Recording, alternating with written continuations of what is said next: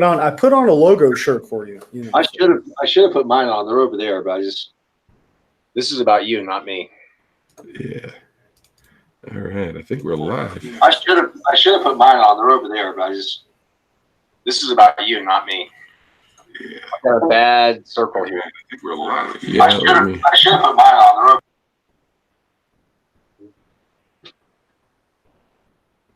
They're over. All right. There we go. Awesome. Usually have one audio hiccup of the night. This is the most unprofessional show on the Firearms Radio Network. That's true. Jeremy is now going to read our disclaimer, and he's going to read it in Spanish because nobody can understand him anyway.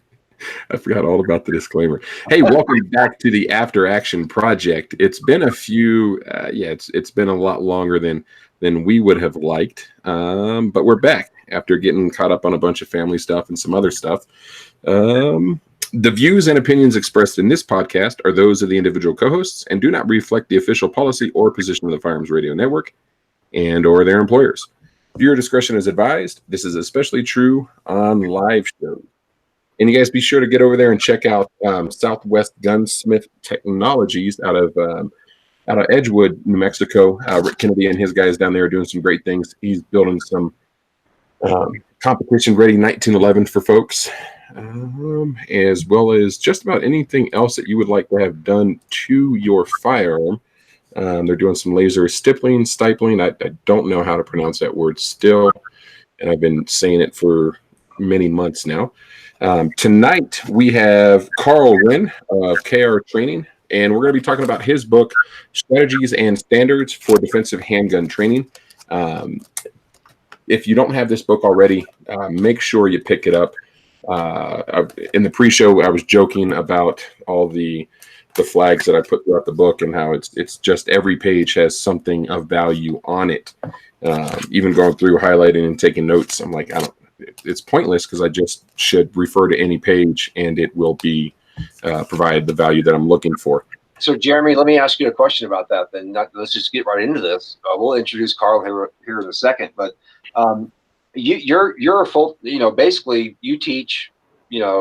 Almost every other weekend or so. 2 or 3 times a month. As an instructor, because that's what we all are here right now. What was the one thing that you took away from this book that you're like, oh my gosh, I have to apply this to my curriculum? I honestly don't think I can pull away one thing. I think the way Karl broke down the different skills and the skill sets that the average concealed carrier is most likely going to need it provides some clarity to what we do on the range, and it was a checkpoint for us to step back and look at, and every round that we have our students fired, what's the value behind it? What's the purpose of it? And can we be doing something to extract more value, or that our students will be able to extract more value in the short time that we're on the range? I like it. So, Karl, introduce yourself. Tell us who you are, why you're here, what you do, all that good stuff. Where we can find you. Just give us your 30-second lowdown of what's going on with Karl. Okay. My name's Karl Rehn. I am currently these days a full-time firearms trainer, retired from about 30 years working for the state of Texas in a couple of different positions, one doing military research, test and development of military hardware, and then 10 years doing training on a DHS-funded program. So I've had experience on the test and evaluation side. I've experience on the military side. I've had experience doing law enforcement training and competition shooter. And probably the biggest thing is since 1991, I've been teaching classes. And in 2002, we built a permanent facility. And pretty much now I teach about 40 weeks a year. And over the last couple of years, I've been teaching on the road around the country. Got some classes coming up in Georgia and Virginia and Washington State coming up later this year. Awesome. So, Karl, talk to us. What was the precursor for this book, and what got you started down this road? And talk to us about that. Why you guys decided to put this out there for people? Here's all my answers are long, and I apologize for that up front. Everything connected with things I do, everything's a bunch of intertwined little leaves and circles. Tom Givens has allowed me to come teach at what used to be the Polite Society and now the Rangemaster Tactical Conference. I've been teaching there for about the last 20 years. And every year I try to come up with new material to present at the conference. And so a large chunk of this book is material that I presented over about the last 5 or 6 year period at the conference. Things that I was thinking about that I thought people at the conference would find interesting. People that were other trainers, people that were serious students that didn't want to hear another rehash of the same old, basic topics that people present. So a lot of that came from the presentations. The Beyond the 1% was the biggest effort that I put into putting a presentation together during that time. That took a tremendous amount of work, and people liked it so much that I got asked to present it multiple times. Last year, they said, well, can you cram it down into 2 hours instead of 4? And I was like, well, yeah, but there's so much information. Maybe I'll put the whole thing out as an ebook.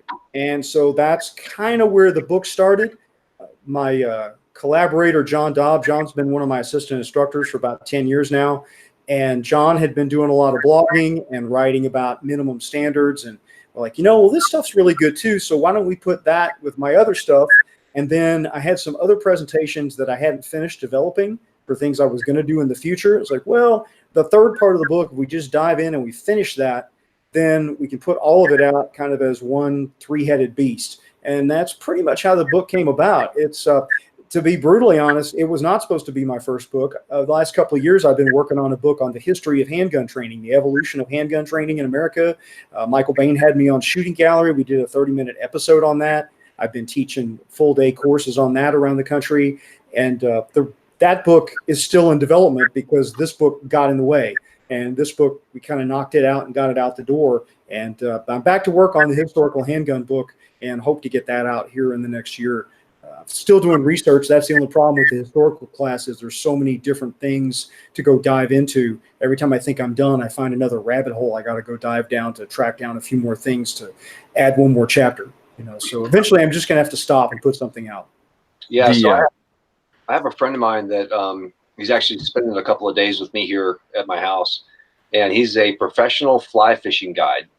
And I had to run outside to grab something out of my truck real quick. And as I came back in, I was just thinking about the podcast and, how Jeremy's vision of what we're doing here and whatnot. And I just stopped and paused for a second. I asked Corky, I was like, hey, you ever thought about it? Because he's like the best fly fishing guide out there. I mean, if you ever want to go fly fishing, Corky's the guy you want on your side. And I was like, hey, you ever thought about doing a podcast about fly fishing? And his immediate response was, nope, a book would be better because people can go back and refer to it and talk, and absorb it more. So it's really interesting that you refer back to that book and that being your first, step into, this kind of publishing world. So tell me a little bit about the process about getting to the point of writing the book.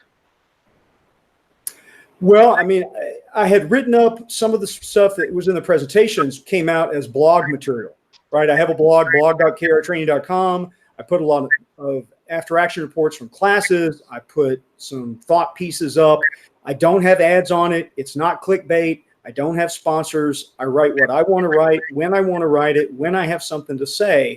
So it's a little bit different than the modern, we've got to put something out every Tuesday and, we got to fill up this space on the internet. I just put stuff out when I think I have something worthwhile to put out. I like it. And so that's, that's my approach there. As I got back from the Rangemaster conference a few years ago, after I gave the Beyond the 1%, I wrote that up and it was like a 10-part blog series. And so a lot of the book content started out, we just lifted the blog material. Same thing with John's middle section. We lifted his series of blog posts that he had done, and then we sort of groomed it together and made it read more like a book and expanded it, added new material and had more discussions and make sure everything kind of fit together. Okay. And so he and I both write. We write a lot. We're pretty verbose. We're both fast typers. And so it kind of just came together. It took us about 3 months from the time we said, hey, let's do this, which was right around January of this past year, actually. And we got it ready, and I got the first batch of print copies shipped to my hotel the night before the tactical conference in New Orleans this year. Wow. So I sold the first printing of the books out of a cardboard box during my talks, and we sold out the entire first print run while I was there.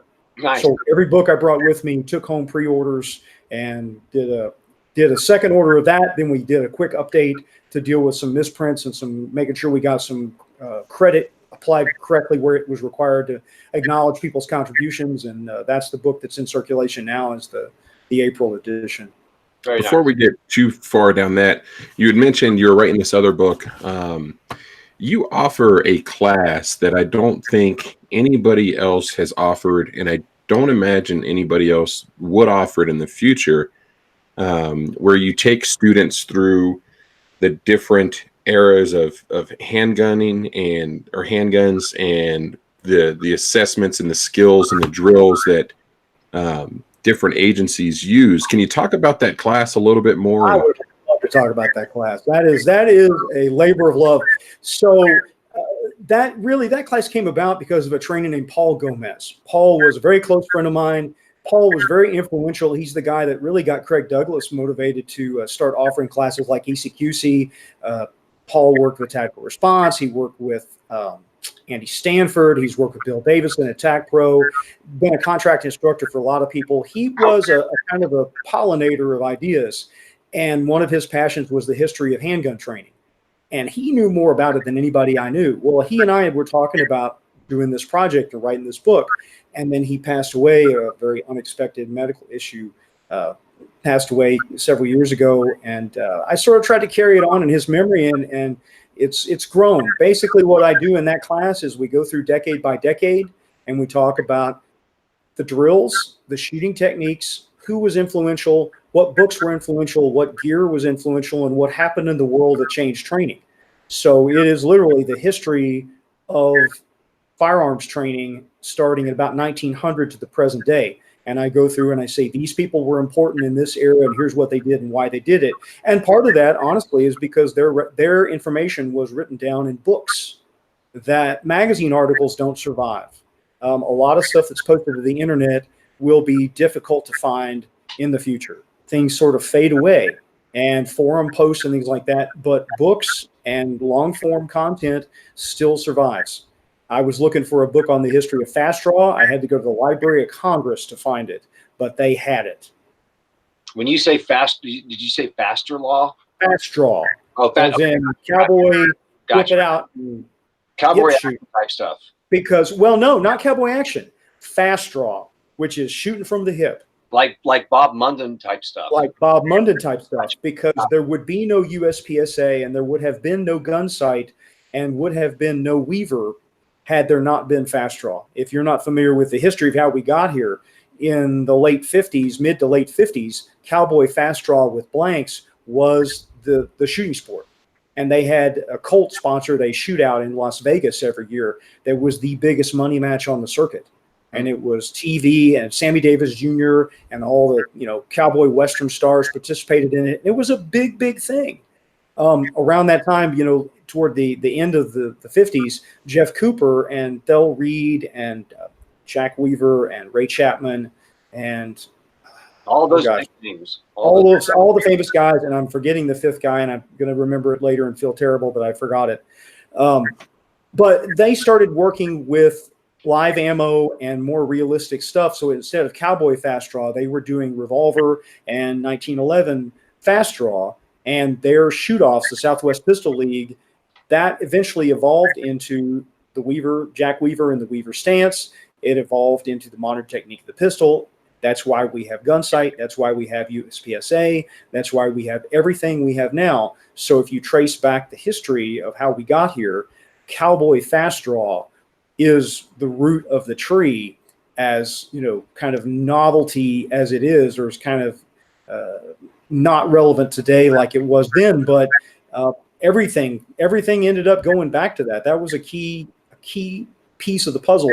Pretty much every instructor that is under 40, probably most under 50, don't know that history. And that's what motivated me to start working on the historical book, quite honestly, was my dismay at the what's going on in the training industry with YouTube celebrities and Instagram heroes and people out there running classes that they literally don't know where the techniques they're teaching came from.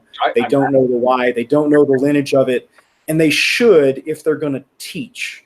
So it should be just, I'm teaching you what I learned in a school from a guy who learned it from a guy who learned it from a guy who learned it from a guy. And I'm just going to repeat all the stuff that I've collected up.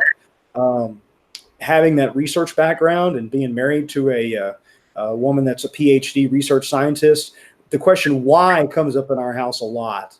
And we've been trying to chase down who, what, when, where, why, who did it first, right? Red dots. Oh, wow, it's such a new fad. We're putting red dots on pistols. Bullseye shooters were putting red dots on pistols in the late 1980s, right? IPSC shooters were putting red dots on pistols in the early 90s.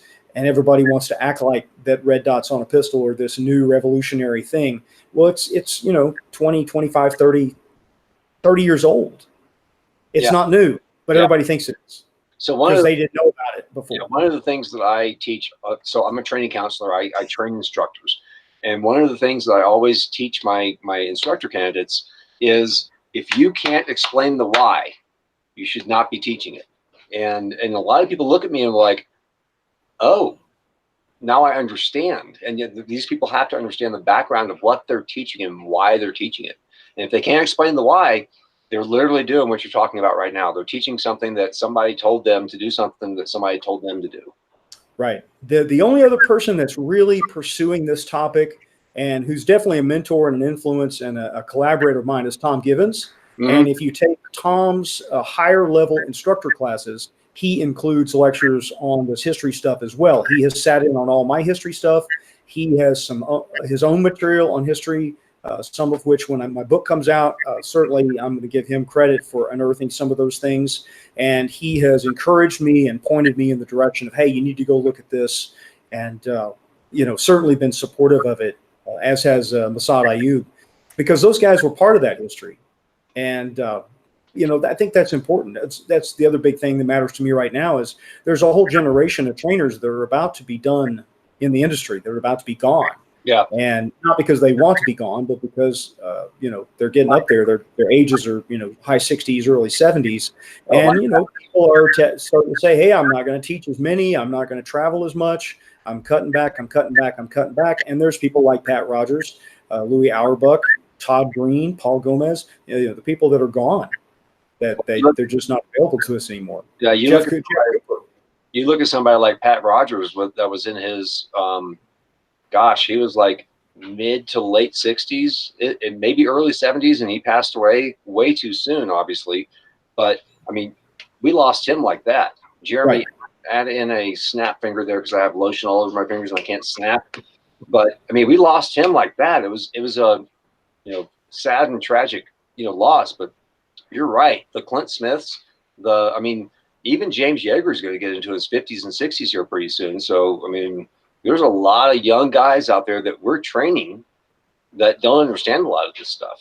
So tell us how we can get that information out to these younger generation. I mean, there's a lot of millennials that I know that are into guns. They love them. They're awesome. They're great. They're becoming trainers. They're becoming, instructors. So how do we pass this along to them from your point of view? Well, that's why I'm writing the book. That's why I did there's a shooting gallery episode that's out there that Michael Bain had me on. We did a 30-minute episode on it. And, that's why I started teaching the class.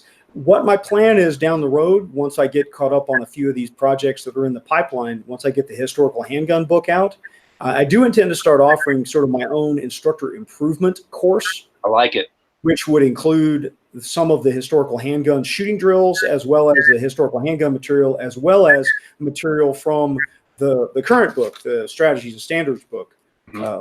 I think I can put stuff together and offer. I've taken so many instructor classes. I'm an NRA training counselor, been through Tom Givens' instructor program and a bunch of other ones. And, I can make a list of the topics that I think should be covered and those that aren't. And, Tom's got his new master instructor program, which is his third level instructor program.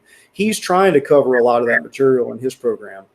And, that's great.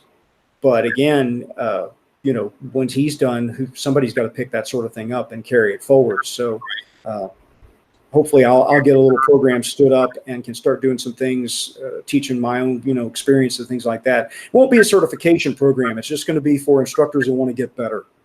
I love It's going to be instructor improvement, coaching improvement more than a certification.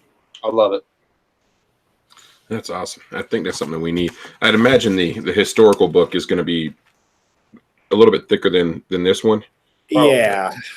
Yeah, it's going to be, well, to give you an idea, that book came out of a 4-hour presentation. The historical handgun, the lecture material by itself can fill 8 hours easily. That's incredible. So yeah, there's going to be no shortage of material. And like I said, I'm still doing interviews with people, and some of the OGs are still around. Eldon Karl, that is the other name. I knew I would remember it. Sorry, Eldon. Eldon Karl would be the other of the 5. So Karl, Eldon is still around. It seems like you have a squirrel running around in your head too. Yes. That's all it is. Just squirrel back and forth. My buddy Corky yells at me all the time. He's like, "Stop squirreling." So I want to let's dive into this book, and it is,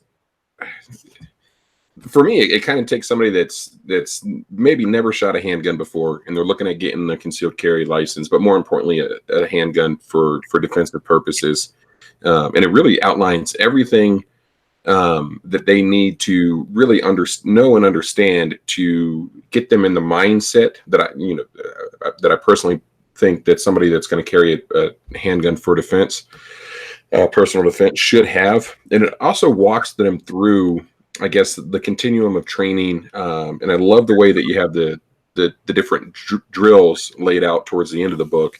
But I want to talk about Chapter 4, risk and training assessment. So for defensive, for the average person that has that's carrying a handgun for defensive purposes, what are some of the things that you think they absolutely must consider when they're seeking out firearms training and carrying that firearm?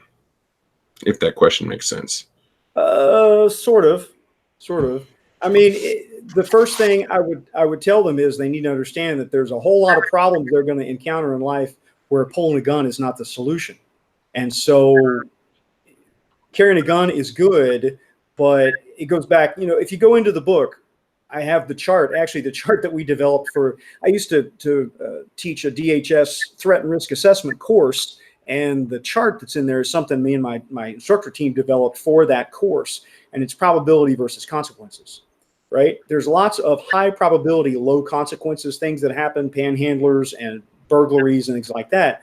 The gun is for the very low probability, high consequence case, right? And it's good to be prepared for that, but it needs to be part of a full package that, goes back to Claude Werner's analysis. And, Claude is should be more famous than he is, should be more widely read than he is. He's very influential within the group of trainers that I run with. But again, he's not a YouTube celebrity with a flashy, YouTube channel. He's a thinker. He calls himself a tactical professor. And he and I often are the lone voices trying to ask, where's the data for that, right? And Claude looked at data and he's like, well, we need to prevent negative outcomes. And that's what we talk about in the book. We borrow some of his language. So the first thing I would tell the person with the gun is, first thing you need to do is get your training in order to avoid negative outcomes. That means you need to avoid bad gun handling, right? You need to avoid doing things that are going to lead you to make bad decisions with a gun. And then the worst negative outcome, of course, would be needing to use your gun and failing.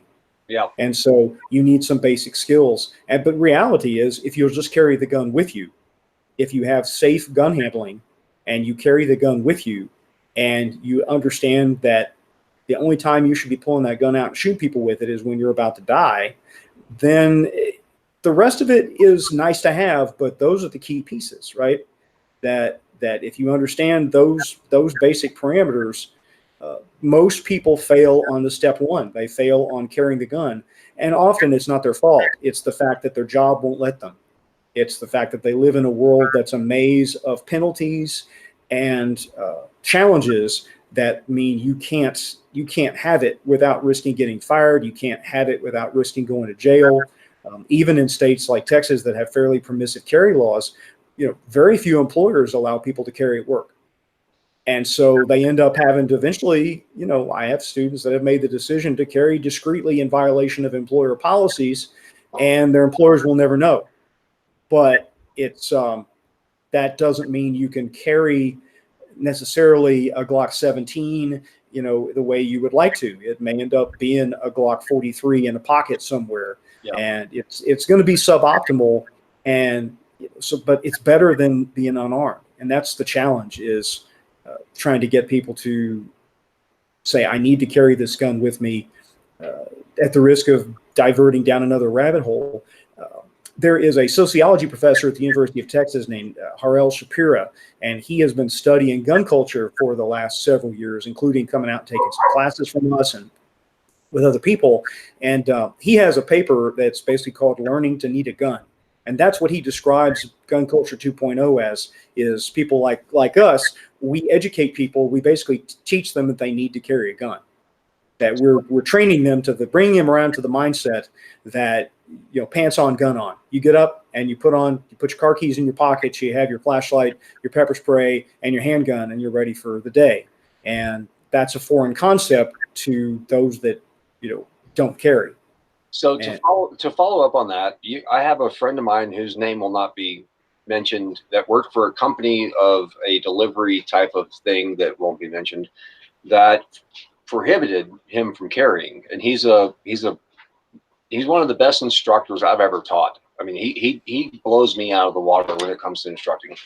And what he was doing was he would bring his backpack with his lunch in it, and he would have his firearm in that backpack, and he just, discreetly carried in his truck every single day he went to work. Yep. But what would you say to somebody that just doesn't want to risk that doesn't want to risk that misdemeanor or the felony or, bill me later kind of situation? What would you recommend outside of the handgun, even though that's what we're kind of preaching? What would you say? Then I would say pepper spray. I would say you need some unarmed skills. Okay. And you need to think about other things that you can use in your environment, improvised weapons, canes, umbrellas, anything you can throw. Fire extinguisher, spray them with, like Clint Smith used to teach, spray them with the foam and hit them with the can. Yep. If they've thought about it, it goes back to some of John Hearn's teachings, that if you've thought about it before and it happens to you, you probably can deal with it because you're not surprised by the fact that it's happening. Sure. If you're totally taken off guard by the fact that it's happening and you've never thought about what you're going to do, you've got to stand there and figure it out, and hopefully you survive long enough that then you can take action once you figure it out. But if you preloaded your brain, you say, well, okay, I don't have a gun, but if I get out of my vehicle and somebody pulls a gun, I need to do X, Y, and Z. Well, then you can take that and take action on it. And so, yeah, a gun, it's like the old John Steinbeck quote, the gun's only the tool, right? And they're super handy, but if you absolutely can't have it, you can still do a lot of good stuff, right? You can still do a lot. You can still be very effective, and you just do the best with what you have. Yeah, so let's talk about that a little bit. I think that in the pre-show, we were talking a little bit about force on force and sims and airsoft and red guns and blue guns and all that stuff. We, Jeremy and I, and Andy as well, he's our co-host, is not able to be here tonight, but we teach a lot of that force on force type of stuff. And what we're trying to drill into people over and over again is the mentality of what could happen and what, does happen even. So in your training, in tying it back around to the book, what type of force on force training do you do? What are some of your concepts and thought processes in your scenarios that you build and whatnot? We start with things that have happened to students, things that have happened to us. We start with things that have happened. I mean, I get the Houston paper every day because there's a murder every day in Houston, and that's a great resource for figuring out where not to be and where not to go. But also it gives you examples of things that have happened to actual people, right? So train for the actual risk, not the imaginary risk. And so a lot of our scenarios, every scenario we run is not a shoot scenario. Right. That if we run a block of training, some of them are shoots, some of them are pepper sprays, some of them are runaways, some of them are communicates, some of them are posture. And so each one has a specific preferred desired outcome. Yep. And then they are carefully structured. The magic, I think, where force on force training done well is great, and done poorly turns into a disaster, is the role players have to understand how to feed the cues and give the person the right information to make the decision. And they have to challenge them so that they earn the win. Agreed. And they can't cheat them out of the win. And so your role players, they have to be good. They have to understand when to speed up, when to slow down. They have to understand what to do, and don't get off script and start winging it. We have another block of training that we do, though, that's very different from what anybody else does. And what I do is we'll set up 7-Eleven scenarios, or we do a bunch of scenarios in a pack and mail, where you've got people in there moving around. And we will use students as role players, and we'll put 5, 6, 7, 8 people in the scenario, and maybe only 1 or 2 of them have guns. Some of them are employees, some of them are random people. We give everybody instructions, and it's a little less structured in that we tell them, at least one person gets the instruction, do what you would do. That person may or may not have a gun. We may hand them a pepper spray and say, do what you would do. We may hand someone a gun and say, all those people that post on the public forums that say, such happens, I'm going to pull my gun and jump out in the middle of it. Sometimes we make them do things like that as an illustration, right? So but what we do then is everyone in the scenario reacts to everyone else in the scenario. So it's a true surprise reaction from everyone. No one knows what the plot is. There's no staff role player in it. And so I know where I want the scenario to go, but often, we let people just interact. We give them enough information that they go in and they interact. And it's very much, have you ever heard of the National Tactical Invitational? No. Okay, here's more history for you. For 20 years, Skip Gochenauer and Walt Rauch and a number of people up in Pennsylvania ran this thing called the National Tactical Invitational. Again, tremendously influential. It was the precursor to the Rangemaster Tactical Conference. Part of the NTI was you would spend an hour in a force-on-force village. And there were dozens of people in the village moving around doing things like a little city. And there were bad guys in the village, and there was cops in the village. And it was intended to be a full hour immersion experience where you go and live your life, and you go to the laundry and you get your clothes, and you go to the bank and you make a deposit, and you go pick up your kid from school and all this stuff. And it was extremely elaborate. It took dozens and dozens of staff and months of preparation to set this thing up and run it. And truly, truly amazing piece of history. And again, didn't really get noticed, didn't get written about a lot in the gun magazines. It was strictly open to students of top tier trainers and people in the know. Oh. And so it was not well documented. Skip Gochenauer gave a talk on it at the last Rangemaster Conference, and I was able to capture a lot of the history there, try to get it written up. Well, the people that still did it were around to talk about it. But it's that kind of thing. So you get to live a full spectrum experience with people doing unexpected things, and you have to learn to react to it. Yeah. And so that's a different style of role-playing scenarios. What that does is then at the end of it, I'll grab someone who was a witness in the store and say, okay, you're going to practice giving a statement, right? Tell me what you saw. You're a witness. You didn't pull your gun. You went and hid behind the Cheetos, but right. The robber runs out the door and runs away. Okay. What was the robber wearing? Right. So we're practicing more skills. It's not just, hey, let's shoot paintballs at each other. Right. We're trying to practice all of the skill sets and give them repetitive options. If you're the shooter and the cops show up, how do you act when the cops show up? What do you say to the cops? What do you say to your lawyer?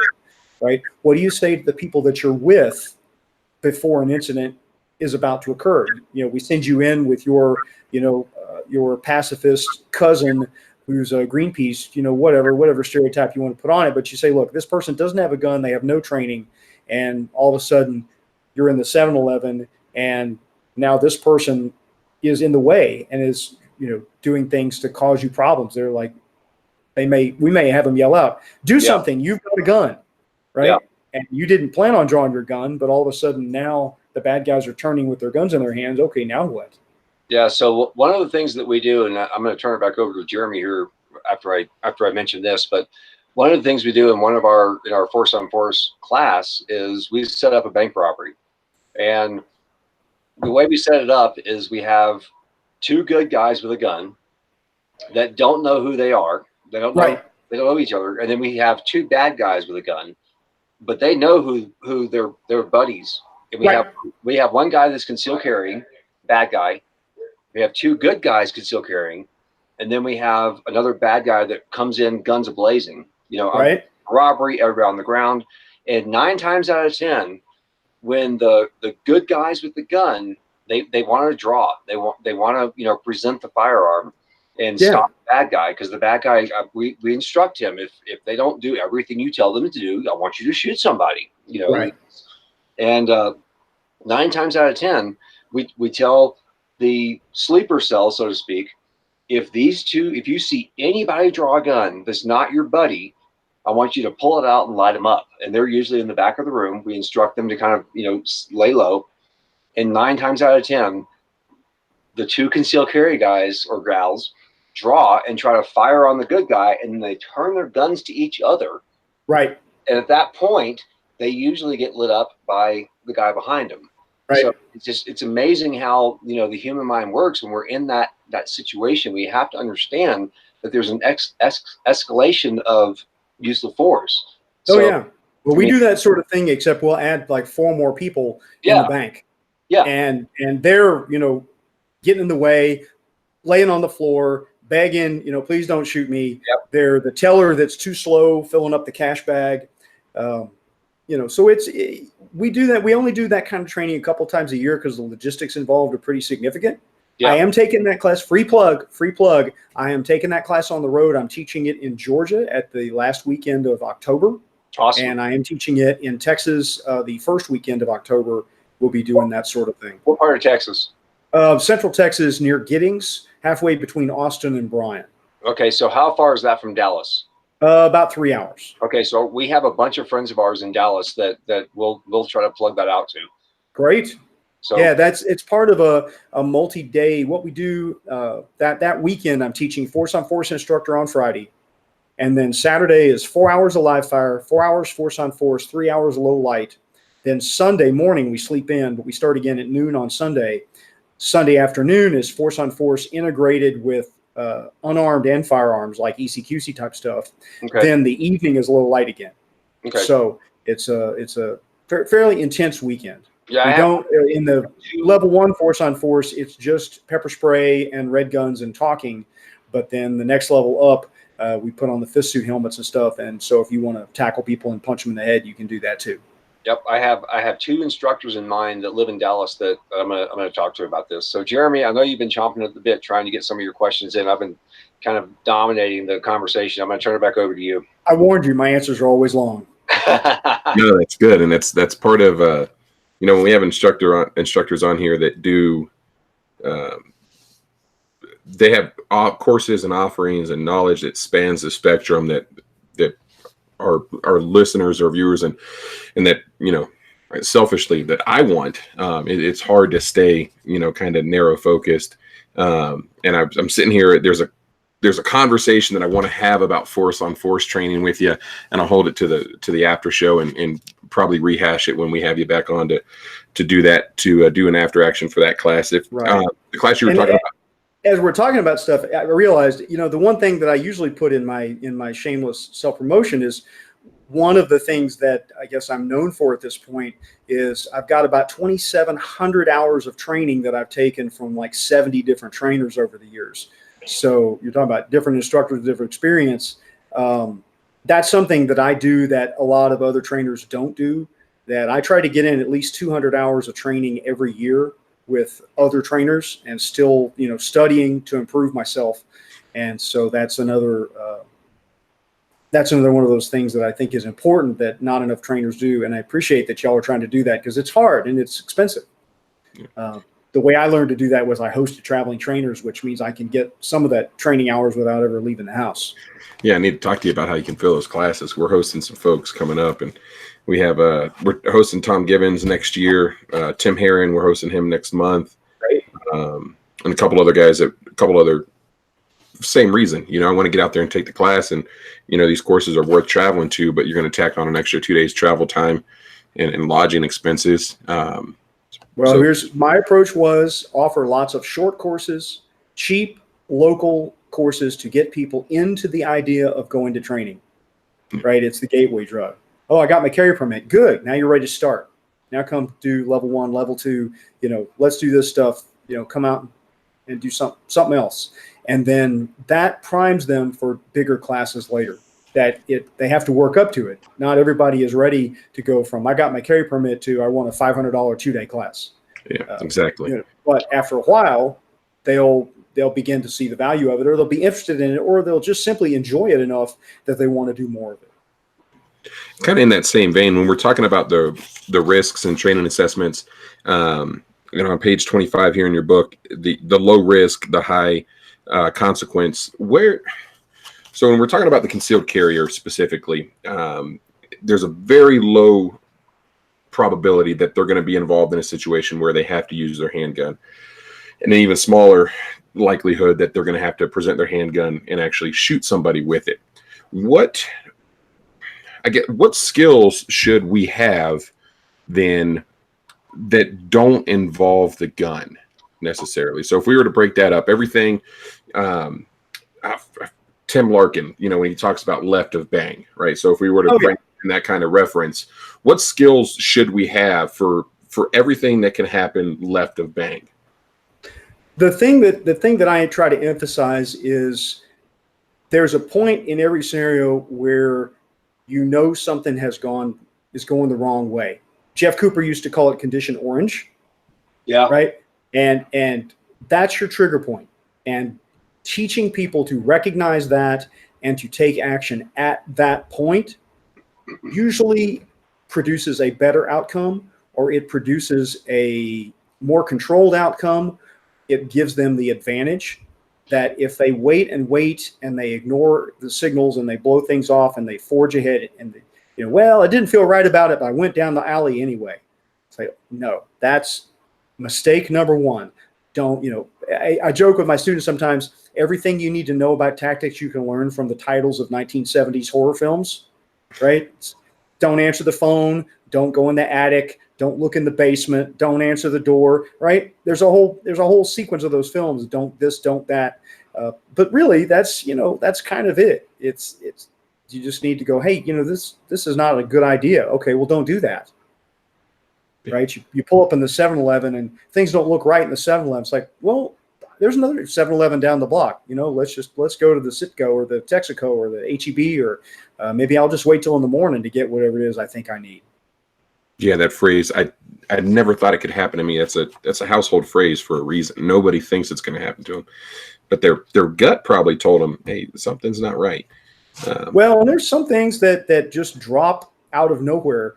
One of my students had an incident where he was at home at 6:30 on a Monday morning, had come home from the gym and was about to step into the shower, and with no warning and no precursor or anything, his front door is busted open and there's a stranger standing in his living room.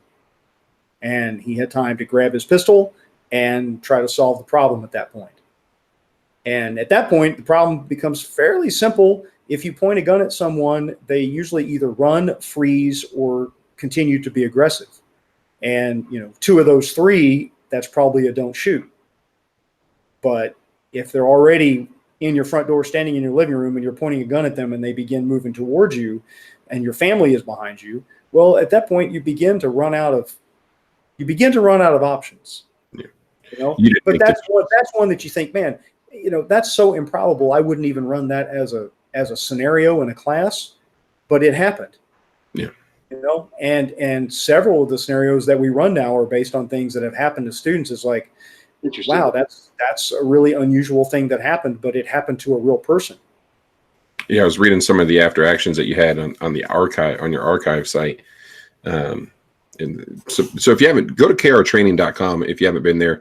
And I don't know if it's on the news site or just in the archive, but if in the archive you have a couple after action reports of from courses and student involved shootings. I think there was one on there from a student of Tom Gibbons. Oh yeah, where the two gentlemen in the house. So some great information there. Yeah, Tom has there's an excellent DVD out there called Lessons from the Street where Tom goes through 10 of his student involved shootings. And that's really good. I'm a huge fan of John Correa and the Active Self-Protection YouTube channel and his debriefs of actual incidents. I think that's a tremendous resource.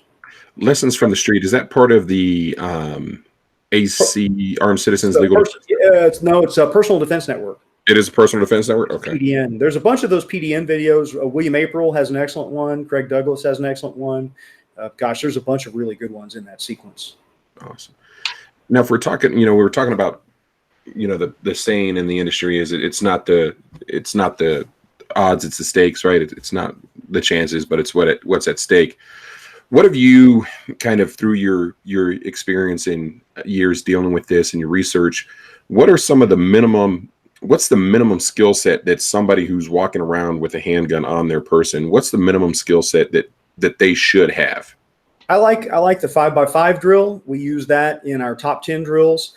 That is, draw your pistol and shoot 5 shots in 5 seconds into a 5-inch circle, 5 yards, 5 seconds, 5 steps. Did I get all the 5s in there? There's 4 5s. 5 yards, 5 shots, 5 steps. I have your book. 5 inches, 5 yards, 5 seconds, 5 shots. Yeah. And again, that drill and other drills are laid out in this book, kind of in a progression for students. And you do something where you break down the different skill sets based on USPSA standards. Is that correct? Yeah, I mean, part of the problem people have is, years ago we had USPSA Master and IDPA Master. Well, it turns out the skill level to get IDPA Master is quite a bit lower than what's required to get USPSA Master. And that started a lot of people that were competition shooters looking at the differences. What I did was take it a little further, and I borrowed liberally from Ben Steger. Ben has a great new book out that has a lot of that breakdown from his perspective in it. But it's basically, there are a lot of drills out there. And what I tried to do was the unified field theory so that you can take any drill that anybody puts out there, and then you can calculate the relative difficulty of it. And what I looked at was standards across a lot of different programs and basically tried to say, look, concealed carry, Texas concealed carry is like 25% of Grandmaster. Your average law enforcement academy, 40 to 60% of Grandmaster. Your average SWAT team, special forces, that IDPA master level shooter, they're about 70% of, USPSA Grandmaster. And then, then 85% of Grandmaster is USPSA Master, and then 95% of what's considered the 100% standard. USPSA recently raised the 100% standard in reflection of the fact that people are shooting better now than they ever have. So it's actually harder to make USPSA Grandmaster than it used to be. So those of us that got it a long time ago probably aren't as good as the people that are getting it. Somebody promotes this year or next year with the new standards. They're probably shooting better than we used to. And, that's awesome. What I did was I tried to give it some perspective and say, look, the average person needs to be in that 40 to 60% range. Most graduates of your typical 2 to 5 day solid handgun program, they're going to get there. And, if you maintain that your whole life and you can do that with your carry gear, you're good. You don't need to be a 70% shooter. You don't need to be a 100% shooter. The amount of effort that it takes, it's like, well, if you have to choose between, okay, I can either go from 50 to 70%, or I can learn some medical skills, or I can take some unarmed classes. Well, if you're in this for self-defense, you should probably go do those other things, right? If you like shooting, I love to shoot. I would shoot guns. If they had no defensive value at all, I would still go out and shoot because I like shooting.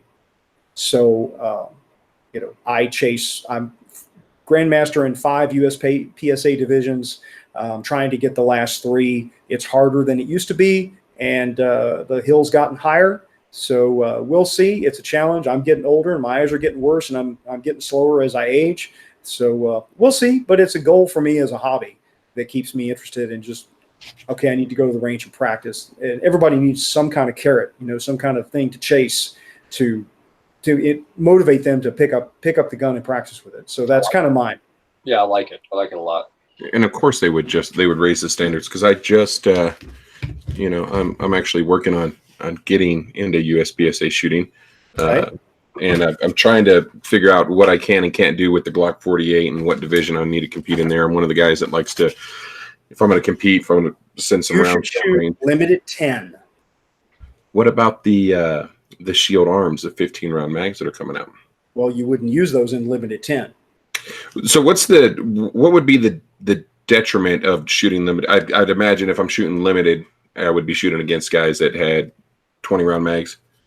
Yeah, in limited, well, I mean, basically, USPSA is not the game to shoot your carry gear, at least not an expect to win necessarily, right? Okay, right. That if you can go and you can get through the goal like that, if you're going to do that, you're going to shoot the Glock 48 USPSA. Your goal should be get all the hits, run everything as quickly as you can, and understand that you're giving up probably 25% on the people that are going to be running it with a gamer holster, with a gun that weighs twice as much as yours, with a 5-inch barrel, and heavy dust cover, and all the stuff you can do to optimize the gear. And so don't get frustrated by that, right? Just shoot the stages as good as you can, as quickly as you can. And if you can execute the stages and get the hits without penalties, then you're doing extremely well.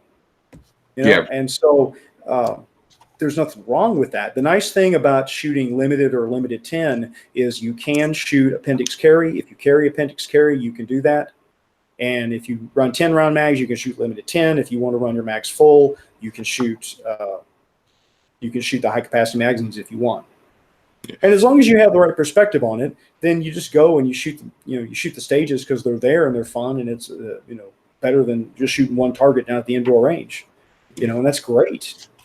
That's great. I mean, I'm shooting revolver this summer in USPSA because I'm trying to promote in that division, and that's just something that's exercising futility to a certain amount, because you can't, you're not going to, the guys that are shooting pistol caliber carbines with 40-round magazines, I'm shooting a 6-round revolver.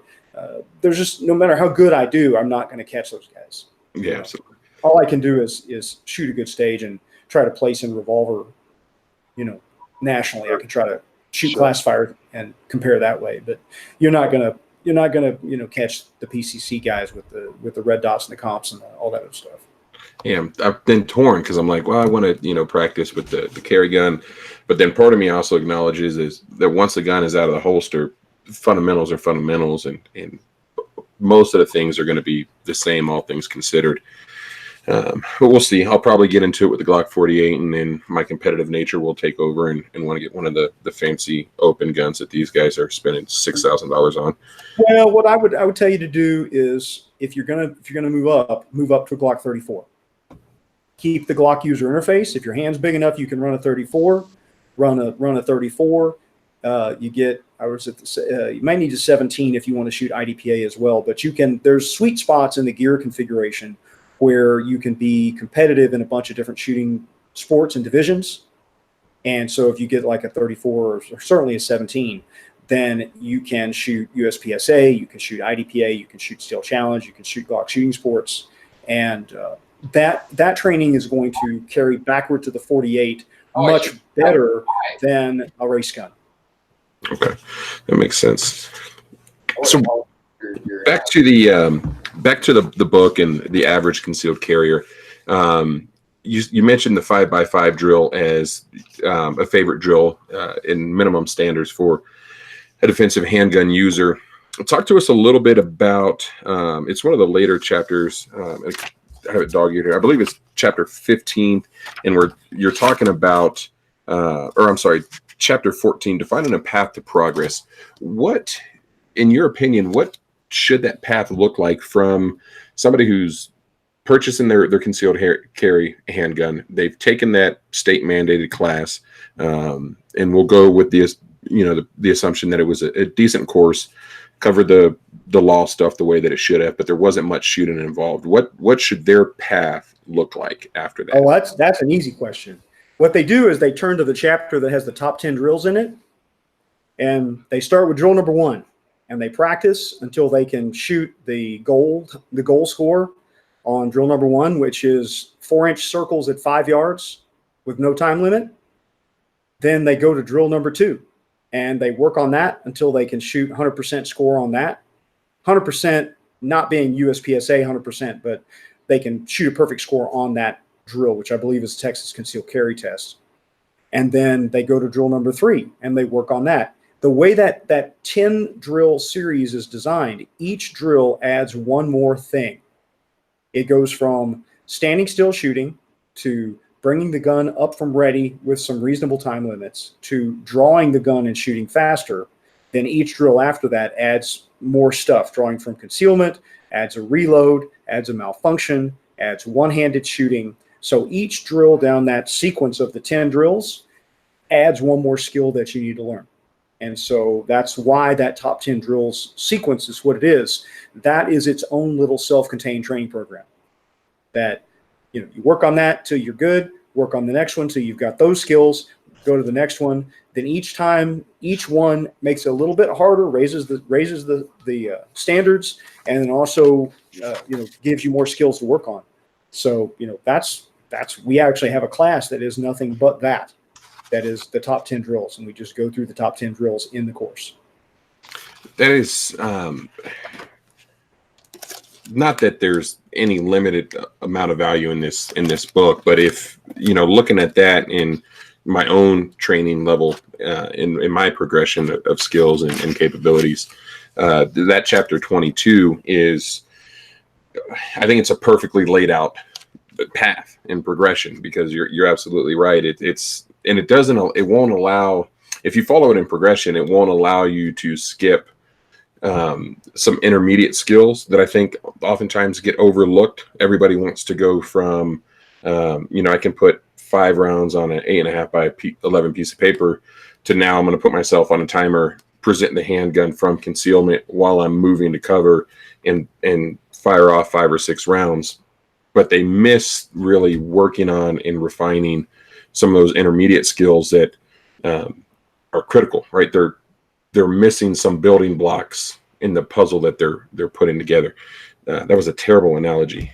Well, I know what you're saying. What I tell people is this: if you look at the typical USPSA or IDPA target, and actually Ben Steger's new book, the Breakthrough Marksmanship book, has some great graphics on this. Basically, it goes back to what John wrote in our book: is what is an acceptable hit? And people look at that whole 18 by 24 big brown cardboard target and they say, well, any hole anywhere on the target is good. No, it's not. If you're shooting down 1s or C-zone hits in practice, those are Ds and down 3s on match day and in real life. Same thing. If you're shooting Ds and down 3s in practice, those are misses on match day or in real life. And so, the people that have performed the best, I go back to Tom Givens and his 63 students that have been in shootings with their 96% hit ratio. Tom trains to shoot 4 to 6 inch size targets. He emphasizes what Lee Weems, the class I hosted the other weekend, he calls it deliberate speed pistol.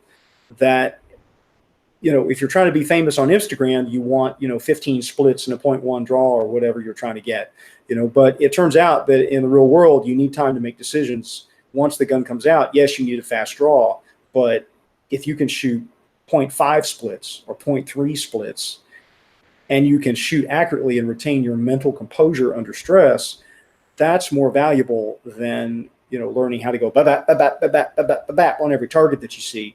Because if you go watch a USPSA or to a certain degree IDPA matches, you'll hear a lot of ba-bat, and then you hear Alpha Mike, Alpha Delta, Alpha Mike, Charlie Mike, right? And so they've rattled off a bunch of shots, but they're not hitting much.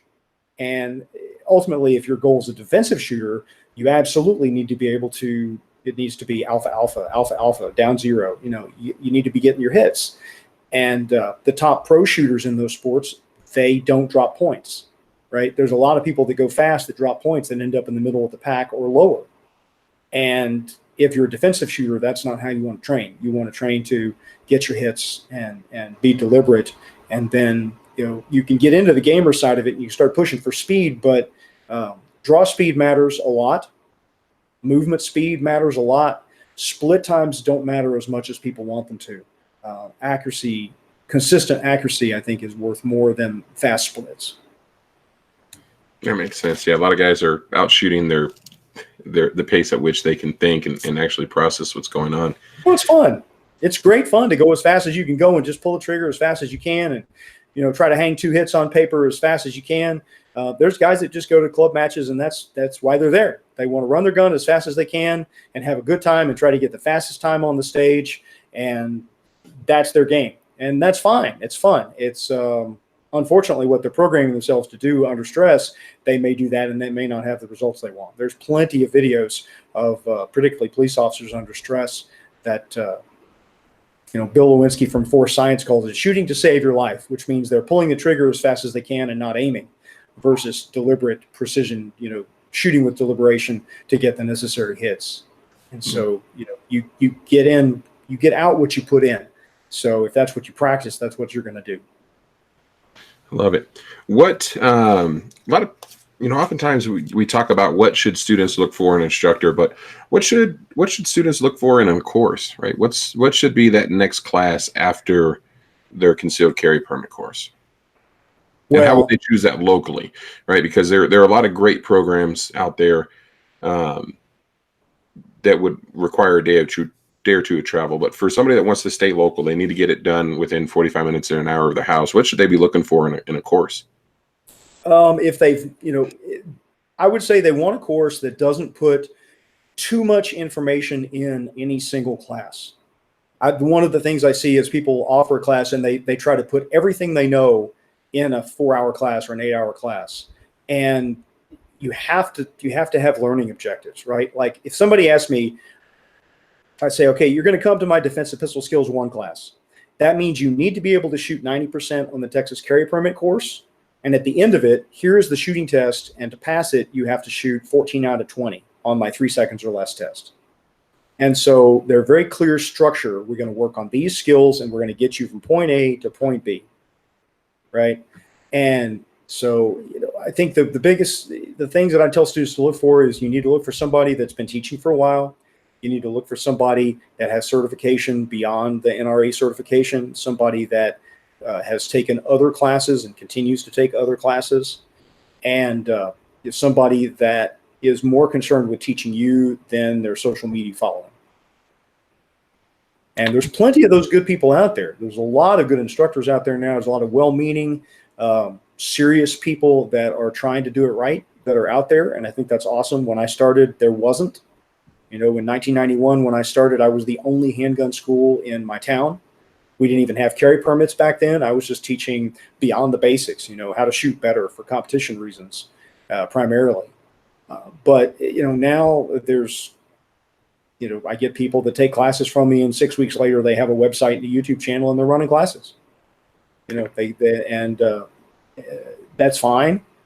And a lot of them are out of business 6 months later, because they realize to do it right is hard. You've got to have enough gear and planning and logistics, and you've got to get people to come. And all that takes work. Yeah, it's not you're not going to get rich.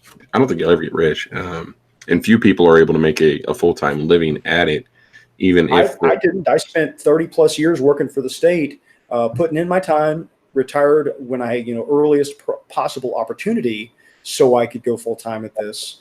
But, that's the reality of it. Here's the dirty little secret of the firearms training industry, if nobody's told you this yet, that if you really look under the hood of the majority of the people that are in it, they all have secondary income. They all are retired from military, law enforcement, state service, family money, married into money. I'm not going to name names, but if you do a little bit of research, there's an awful lot of people that, they've got secondary income, and they do it because they love it, and they do it because they want to, and they do it because, they want to make a go of it, and they make money at it. But the number of people that are actually having a true full-time living with no other income from it, particularly at the national level, it's not that big. Yeah. It's really not that big. And there's a false perception that a lot of people look at the training industry and they think it's a certain way when it's really not. Yeah, it's there's no overhead involved. Well, there's really not a lot of bottom line involved, and I think They haven't seen my property tax bill for yeah, my facility. I'll tell you that. Yeah, that's a nice facility out there. so But Carl, I like to tell people that I've gone through two of the most difficult career paths that you can possibly take. For about 20 years, I was a professional photographer, Oh and my gosh. something that is brutal as it can get. Oh yeah. And then I suddenly got this hair, and I decided to become an instructor. And that is even more brutal than photography. I mean, Oh yeah. I mean, I mean, I never have worked so hard for so little. Yeah. And tried to just make it work. I mean, that's our mantra. We just make it work. But yeah, I mean, I totally see where you're going with that. Yeah, I mean the benefit there is if you have a state that gives you a mandatory course that people have to come to you. Yeah, That's that's the lifesaver for a lot of people that are in this Agreed. business. agreed. And that's good. Constitutional carry is changing a lot of that. In Texas, I would expect at some point we're going to get constitutional carry. Our state class went from a 15-hour course to a 10-hour course. Now it's down to a 6-hour course or a 5-hour course, depending on who you talk to. And now it's 4 hours of that can be taken on the internet. So all I do with it now anymore is I send people to online courses and I do a 2-hour range session. And that's the extent of my state carry permit training work that I do, is strictly running people through the range part, because it's easier for them to go on the internet and do the course, stealing time from their employer, watching videos on the side. yeah, Did I say that? Do people do that? I don't know. probably They can do it looking at their phone in a restaurant. They can watch the videos, literally anywhere. And it's the classroom part of it. That's the future of that, I think. yeah, we have so in New Mexico it's a 15-hour requirement, and that's when we started doing this, I mean, that's a long time, but the more that we do it, it's like, man, it's really not enough time with everything that should be covered. And we benefit from it because it has to be a 15-hour class. So we're able to put a lot of the stuff in there. It really isn't a shooting course. We do spend about 3 hours on the range, but it's not a firearms course, really. It's more, knowledge and mindset and that stuff. But Oh yeah, that's where we started with the Texas course.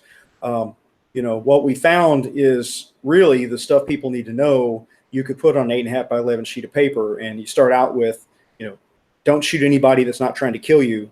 It's sort of a basic. Then the next one, is stop touching it. Right? It's like, don't handle your gun in public unnecessarily. Then identify your target, turn on the lights, and identify before you shoot. And it's just some basic stuff, and then the rest of it is just don't act like a fool in public. yeah, nice. It's so much of that is fundamentals. The rest of it is they need the gun skills. Gun skills give them confidence. Confidence leads to action. Confidence leads to restraint as well, because if they're confident, if you have a 1.5 second draw from concealment, you sort of know how much time you have to deal with situations. Whereas if you don't know how long it's going to take you to fish your gun that's upside down and sideways in your pocket with no pocket holster, and you've never tried to draw your gun out of your pocket before with any speed ever with ammo in it, and you're trying to do that for the first time when somebody's about to stab you, that's a different problem versus if you've drawn your gun a lot from your, you carry and you practice dry draws and you practice you drawing your pistol. That changes your behavior, changes your panic level. Right? It makes you calmer because you're like, I know I can do this. I've done this a million times. I can do this literally with my eyes closed in the dark. Yeah, it makes sense. So that's the gun skills. The gun skills are important, and the gun skills fade away if you don't practice them. That's why I have so many different classes in my program, because everybody wants something different. People don't. One of the things we do, and here's a bonus tip for instructors. And I learned this from Masad Ayub. Refresher classes are always half price. So any class anybody takes from me, they can always come back and take it again for half price. And that's one thing you can do if you keep track of your students. Once you've offered a class once, you can have refresher training, right? I like that a lot. For an annual refresher class, that's a 4-hour annual refresher. And, you just go through and we used to do that for the Texas state carry permit. We used to have to go every 4 years and renew. We had to take a refresher class. They got rid of that, but I like the idea. then it should be annual. It should be, hey, once a year I got to go to the range and shoot my qual course like a police does. Requalify every year to verify I can still do it. Yeah, it's a 2-year refresher here. New Mexico's wacky. We have some wacky stuff going on right now with our concealed carry things. There's a online refresher course that the state offers. The legislation, the law says that it has to be a 2-hour class, but the state approved a course, a 2-year refresher that you can do in 7 minutes you can just take the test, which is fine. I'm not an advocate for the 2-year refresher because it's not our qualification here is 25 rounds on a 12 by 18 inch target. You have to hit the target 18 out of 25 times. Okay. You get 15 rounds from 3 yards, and 10 rounds from 7. We've had a student that's legally blind audit the class, so he didn't come through, didn't get a certificate. He took it with his wife. He shot the qualification and he passed it. I think it was John Johnston and Chris Baker from Lucky Gunner recently shot Texas concealed handgun test blindfolded and passed it. Yeah. So on one hand, it's natural point of aim. Yeah, I believe in constitutional carry, and if it ever is raised here in New Mexico, we'll support it and we'll fight for it. But I think if you're going to have standards, if you're going to tell somebody they're certified to carry, if you're going to certify them to carry a concealed handgun, and you give them this standard that they have to meet, it shouldn't be an arbitrary standard, right? Because why have any standard at all if it's almost and we spend a third of the book talking about that. Yeah. We started out with a blank sheet of paper essentially and said, okay, never mind the government. If I care about you and I want to give you a guideline that says I want you to be able to survive because I care about you as a person, I want to train you to a reasonable level. What is that reasonable level? We spend a fairly good chunk of the book talking about that. We even designed our own shooting tests for that, specifically to answer that question. It's what is a practical, correct minimum for armed citizens? What should they train to, right? And John's personal standard is a little bit lower than mine. The test that we came up with maybe is a little bit harder than it should be, but it's a good aspirational test, right? And if you can pass it with 70%, then you're basically in there with John's standard. If you pass it with 18 or 20 out of 20, you're up at where I think you ought to be. But it's that's where we got there. Is my attitude is that I don't think that should be a standard. If you can't pass it, that doesn't mean you shouldn't be carrying, but that's the standard you should aspire to, because that's going to give you better odds of actually being successful should you have to use your gun. If you're safe and you're not a danger to others with your gun handling, then I'm okay with people carrying.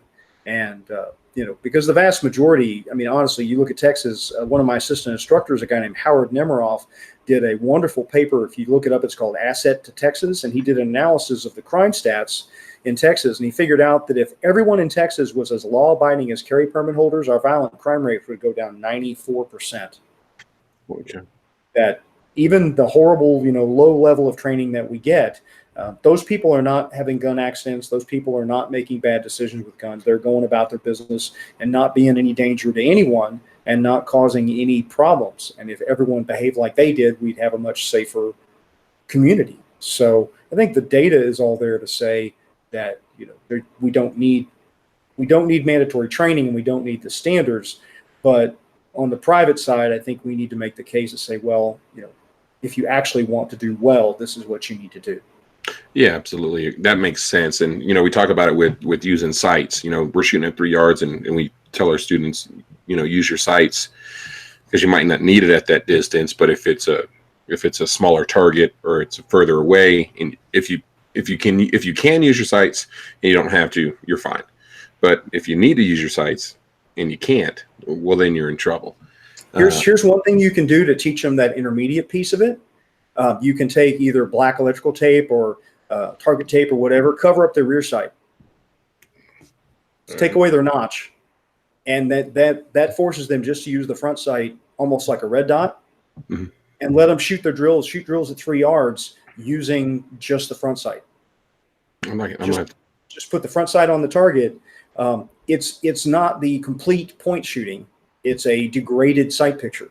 Yeah. And it basically will show them how important the front sight is. That if they can get the front sight in the middle of the target, even if it's somewhere near the rear sight, right? What they normally end up doing is they end up shooting with the front sight sort of poking up over the rear sight, and they try to center it up, even though they don't have a notch. Yeah. So they end up shooting with the front sight a little bit high, but they're also just indexing using the slide of the gun. It gives them degraded visual information, but it proves to them that if you do actually bring the gun up to eye target line and you get the front sight in the middle of the target, even if the rear sight part isn't perfect, and then have them work backwards 3 yards, 7 yards with that degraded sight picture. What can you do? What can you do with the degraded sight picture out to 7 yards? That usually helps them understand what they need to see, not see. Then you give them the rear sight back and say, okay, let's run that drill at 7 yards again. And now you get to use the front and the rear sight. Can you do any better? And that begins to switch on the light bulbs for them. It's like, okay, up close, yeah, I get it. I don't have to, I can shoot with a target focus. I can basically shove the gun and get the outline of the gun between me and get in the target, and probably it's okay if I don't yank the trigger too bad. And then as the target gets smaller, as we move back, that whole aiming thing starts to matter a lot more. I love it. That makes sense. There's one other question that I wanted to ask, but I think we got to it. I feel like we could stay on here for hours and hours. But before we jump off, when you're not shooting guns, where can people find you playing music, making music? And what instrument do you play? I mostly play keyboards. I started out playing guitar originally. Started making music when I was like 5, and I'm 54 now, so I've been doing it a while. Mostly I just play locally. I'm going to have some YouTube videos out here pretty soon. So Saturday night, one of the bands I'm in, it's a 9-piece band with a horn section, and we added 3 backup singers. So we had a 12-piece band, and we played to about 3,000 people in Brenham, Texas for their weekend of the July 4th, downtown celebration, which was really awesome. Usually what I'm doing is I'm playing piano and singing in some little restaurant somewhere, a couple of different regular weekly gigs I have local to College Station area. But we get some big gigs with the big band every now and then. I play with a couple of different bands off and on when they need me, and duos, trios, whatever. The phone rings and somebody needs me, I'll go do it. The other cool gig that I have is down south of College Station. There's a place called Santa's Wonderland. It's a Christmas village, like with a trail of lights and a bunch of stuff. Yeah. And it's quite an operation. It's like Disneyland for Christmas kind of thing. It's fairly sophisticated, rides and slides and food and all that kind of stuff. And I play in the house band out there, and we play rock and country versions of Christmas songs. So we're doing like Alabama and Leonard Skinner and Bruce Springsteen and Otis Redding versions of Christmas songs. And so I do that during the winter, November, December. Instead of teaching guns, I go play 4 nights a week doing Christmas stuff. And it's good. It keeps me sane, keeps me happy. And I've got, if you look on Amazon, I got albums of original music, Amazon, YouTube, Spotify, eMusic, iTunes, all that stuff. Pandora, it's out there. You can just look me up. I've got all kinds of stuff I've released over the last 25, 30 years. But I played 147 gigs last year as a musician, about 143 days on the range teaching guns. Holy cow. So life is good. Life is good. That's awesome. It sounds like you have some 2 great hobbies that you've managed to turn into businesses. Ruin and turn into jobs. Yeah. Pretty much. It's ruin and enjoy, because when you get to the level where you can do it professionally, it's fun because you're good enough at it that you can do it at that level. But it also, it becomes also it's a job, and you got to deliver because people are paying, and you got to be good. So it's not quite the same as jamming in the garage with your buddies on a Saturday night, but it was great fun to play in front of that huge crowd with that giant band. And I will be on my personal Facebook page. I will be posting some videos. I'm actually when I get done with this, I got to go back to mixing the multi-track recording from that so I can send it to the video guys. So yeah, that's awesome. Someday I'll grow up. Well, don't grow up too quick. Time's running out on that, so yeah. Well, every it's like 2 days before class, I'm like, man, why are we doing this? And then end of the class talking to students. I'm like, oh man, we need to do this every day. There you go. That's me. Yeah. That's me. I'm mowing the grass and, cleaning the classroom up and ordering targets and paint steel targets and all this. Like, oh man, this is a ton of work. Why am I doing this? And then class happens, like, oh yeah, that's why I do this. Or I get a phone call and it's like, remember all that stuff you taught me? Yeah, I just used some of that and, didn't have to shoot somebody, or in a few cases did have to shoot somebody and I'm alive, and those phone calls will definitely, those will keep you going. Yeah. Both kinds. We haven't had those phone calls, but we've had the, hey, I was afraid to walk my dog, but now I can walk my dog again. That kind of stuff. That's good too. That's good too, because peace of mind and confidence, that's the thing is people don't understand. They say, well, aren't you, doesn't all this training stuff make you afraid of everything? No, it doesn't. Makes me confident to go places and also smart enough to turn around sometimes. Yeah. Absolutely. Tom Givens likes to say, what happens to paranoid people? Nothing. Nothing. Right? Nothing bad happens to them because they're worried about everything, right? Yeah. So it's there's the guy from Intel, Andy Grove, right? Only the paranoid survive. Yeah. But I think it just lets you go through life and be comfortable and not be stressed out. Yeah. Well, and there was a report or an article that I think it was Moms Demand Action or one of those anti-gun leading organizations put out, and then the title of it that got me reading it was like something to the effect that study shows no real benefit for having a gun for victims of violent crime, or something to that effect. And I probably butchered the title, but one of the things that they said is that people that carried a gun, they were less likely to use it, and they gave credit to that because of the mindset, and they said, oh well, people, basically the mindset that gun owners and people and concealed carriers had reduced the likelihood that they were going to be involved in a violent confrontation. And I'm like, yeah, that's the thing that we've always been saying. Like, well, I think it gives all this stuff just gives you a realistic adult perspective on violence, that it makes you aware that it's out there, that it can happen, that you can deal with it even if you're not a violent person in your everyday life, that it is a switch that you can turn on when required, and that you can deal with it and you can survive it if you have to. And it also can teach you all the ways that you can avoid it. So you do everything you can to avoid it, and if you can't avoid it, then if you have to, then you can deal with it later. And that's the vast majority of people that have gone through it, they come out okay. They really do. Tom Givens, 63 students, not a single one of them suffered a significant serious injury, 96% hit ratio, and no significant criminal charges. That's a tremendous record out of 40,000 plus students that he's trained over the last 40 plus years. That's awesome. Well, I feel like we could keep going all night, but I'd like to give you and our viewers the rest of their evening back. So do you still have autographed copies of the book at krtraining.com? We do. We just ordered another 100 actually. So yeah, $20. You go to krtraining.com, you click on the PayPal link, you buy the book, and we ship it to you. Actually, John is in charge of shipping this month. We trade off who has to ship the books every month. We trade that job back and forth. And but yeah, we sign the books and you get an autographed copy, print copy. The Kindle version, I believe, is $10. And Tom Givens is going to be selling copies in his classes.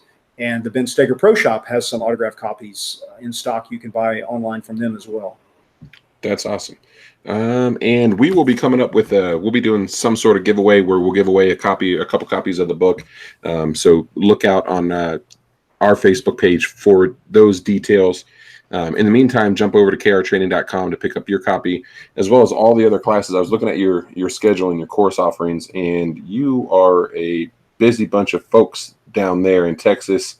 And you can find their schedule, krtraining.com/schedule.